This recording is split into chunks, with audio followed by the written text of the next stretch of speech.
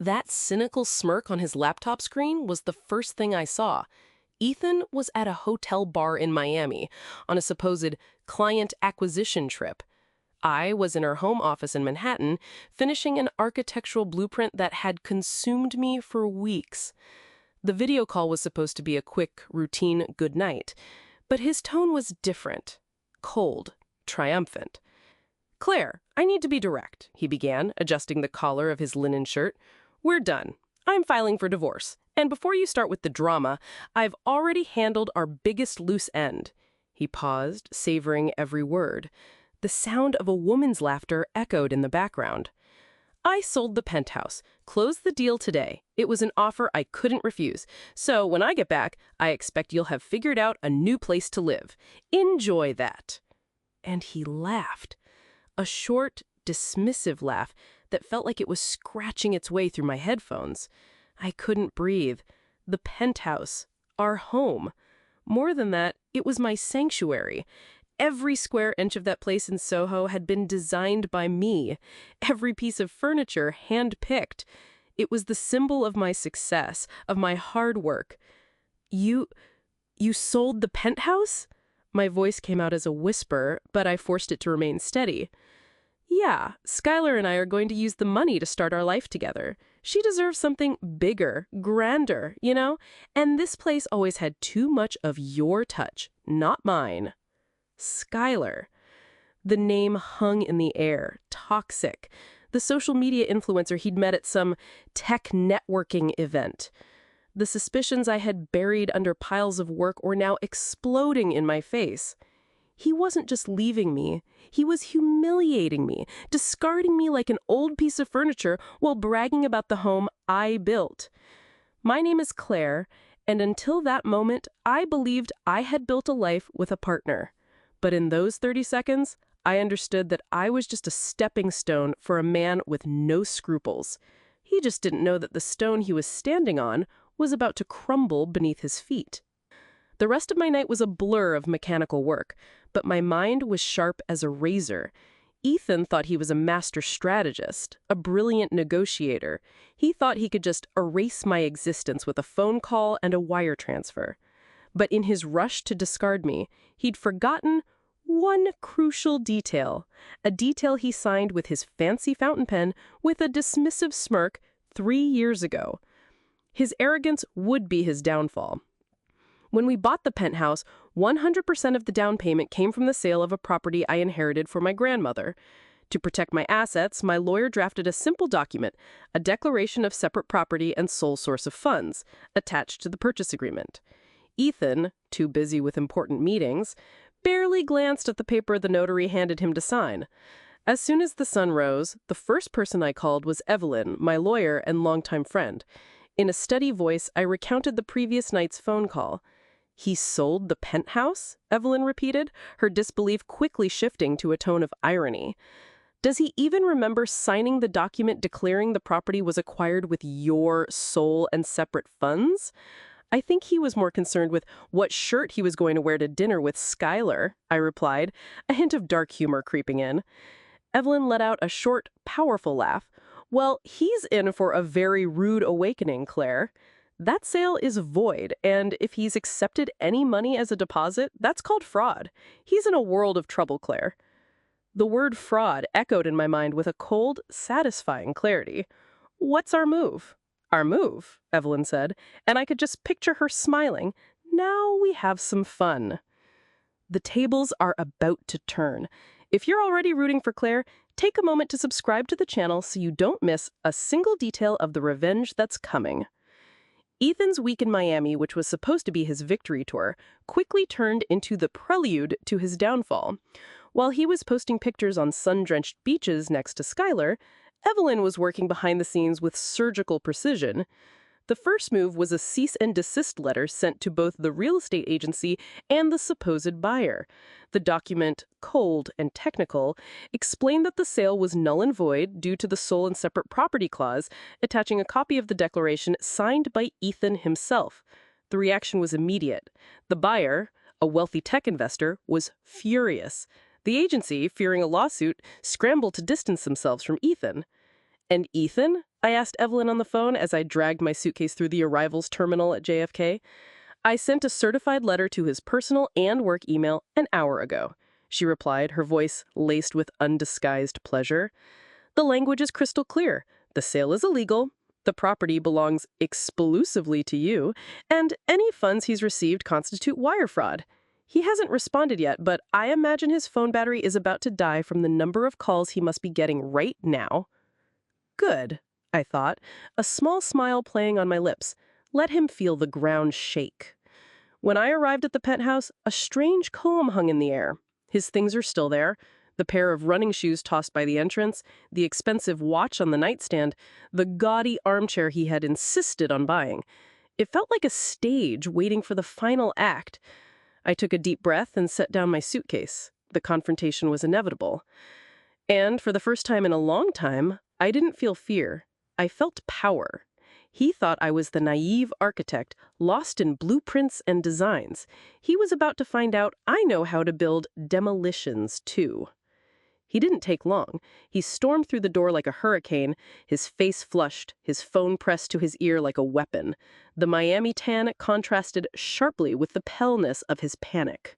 "Claire, what the hell is this?" he yelled, throwing his keys onto the coffee table. "The buyer is threatening me. The real estate agent won't take my calls. What is this nonsense about me not being able to sell the penthouse?"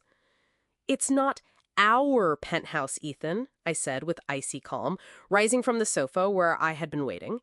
"It's my penthouse, and no, you can't sell something you don't own." He froze, confusion warring with rage on his face. "What are you talking about? We bought it together." I walked over to the office drawer and pulled out the leather-bound folder. I placed it on the glass table and opened it to the bookmark page. "Remember this? The declaration of separate property you signed at the title company? The one that proves 100% of the down payment came from my grandmother's inheritance." I pointed to his unmistakable signature. "Or were you too busy checking your stock portfolio to read what you were signing?" For a moment, he was speechless. His brain seemed to be processing the information in slow motion. Then his expression twisted into a sneer. "You think you're so smart, don't you? You set me up. But this doesn't change anything. The deal is done. The deposit is in my account. You're going to look like a fool when this goes to court." I stared at him, unblinking. "The sale has already been voided, Ethan. The buyer and the agency have been notified, and they are very interested in getting their money back." I paused, taking a step closer. "Oh, and speaking of money, if you've spent a single dime of that deposit, you've just added felony fraud to your list of problems." His confidence wavered. His eyes darted away from mine for the first time.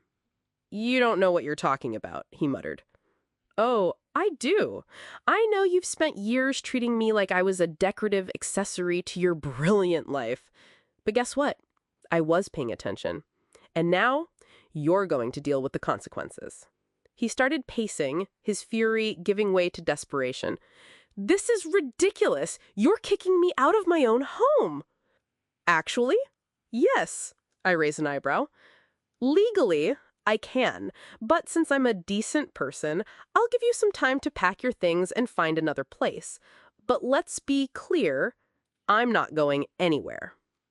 It was at that exact moment that the door opened again. Skylar walked in, smiling, dragging a designer suitcase behind her. She looked around, the proprietary gaze of someone inspecting a new acquisition. "Babe, perfect! I caught an earlier flight. So this is the new love nest?" she said, her voice syrupy, her arm looping through Ethan's. I stood up, my heart pounding, but my voice came out firm. "No, this is where Ethan was staying. You, Skylar, will not be staying here at all." Her smile faltered. She glanced at Ethan, who looked like he'd seen a ghost. "What is she talking about, Ethan?" "This," I said, taking the lead, "is my home. Not his, not yours, and certainly not a hotel for you to shack up in after stabbing me in the back." Skylar's expression hardened, but she remained silent. Ethan, on the other hand, looked like he was about to explode. "You can't do this. You're being unreasonable." No, Ethan, unreasonable is thinking you could sell my property, walk away with my money, and expect me to just disappear. You're lucky I haven't filed a police report yet. Ethan stood in the doorway, his face contorted with frustration, while Skylar crossed her arms, looking increasingly uncomfortable.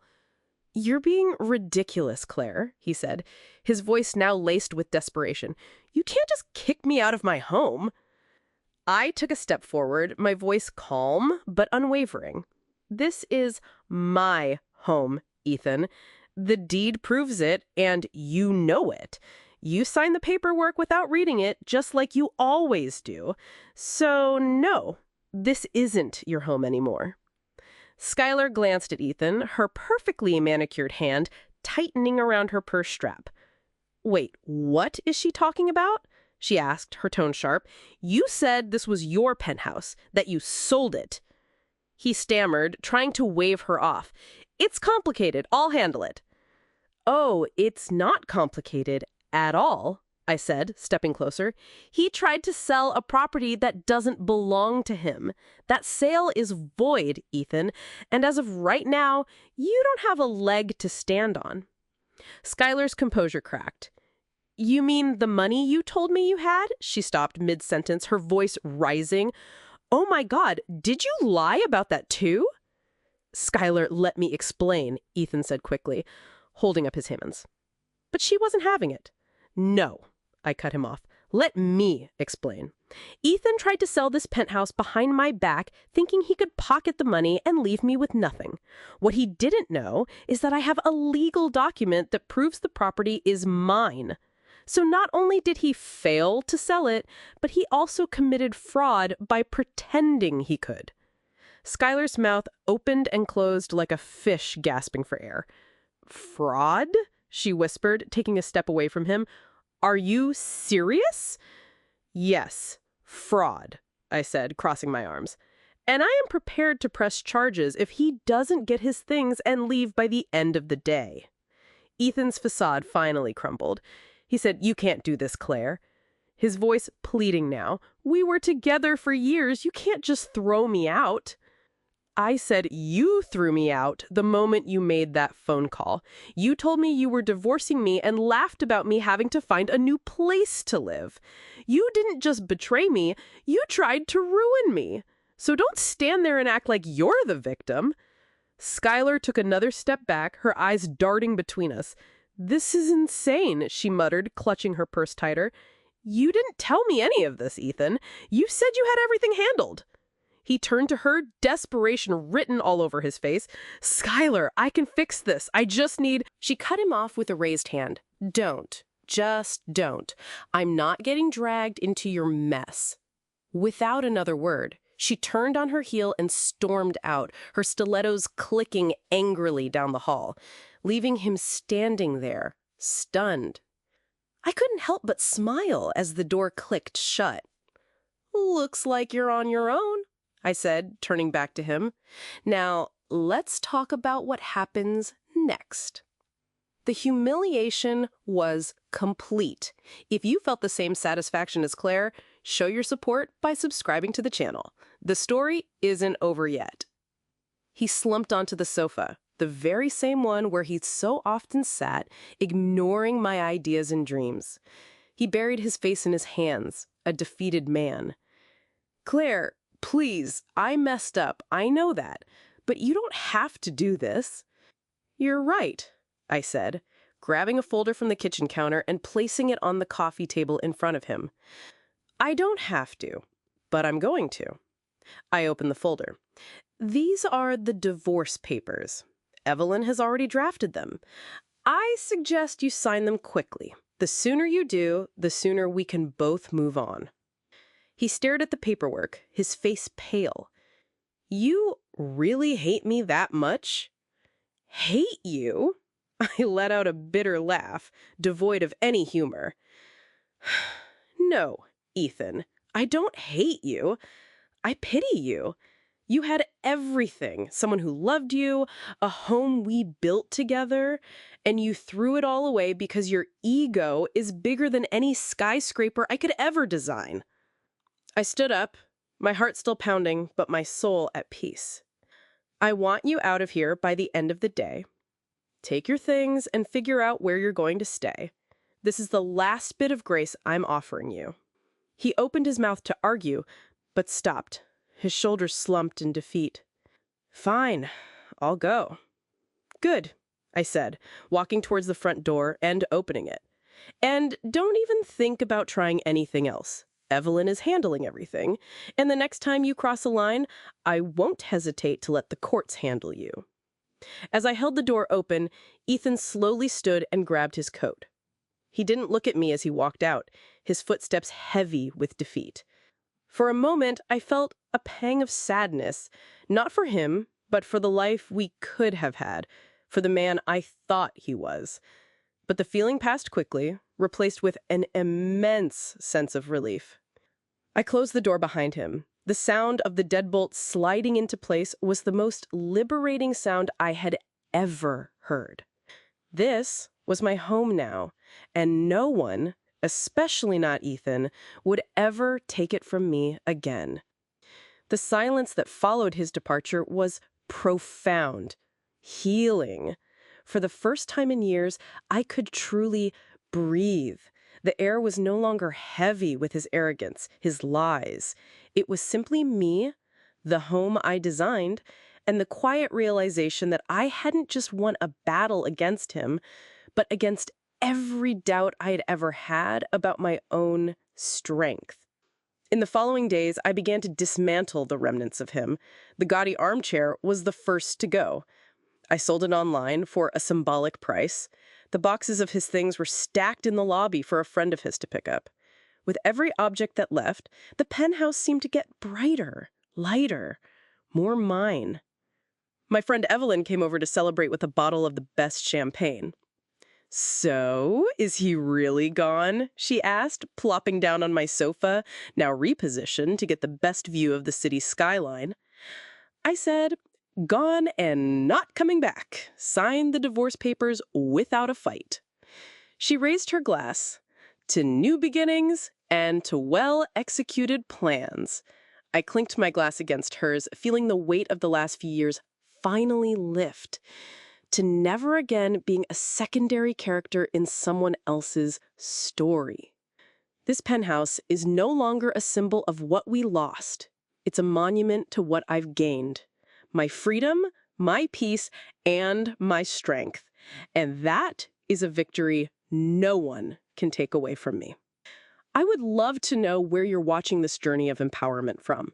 Comment with your city or country below. It's amazing to see how far our stories can reach. And of course, if you enjoyed this, don't forget to subscribe and hit that notification bell so you'll be the first to know when a new story of justice is served. See you next time.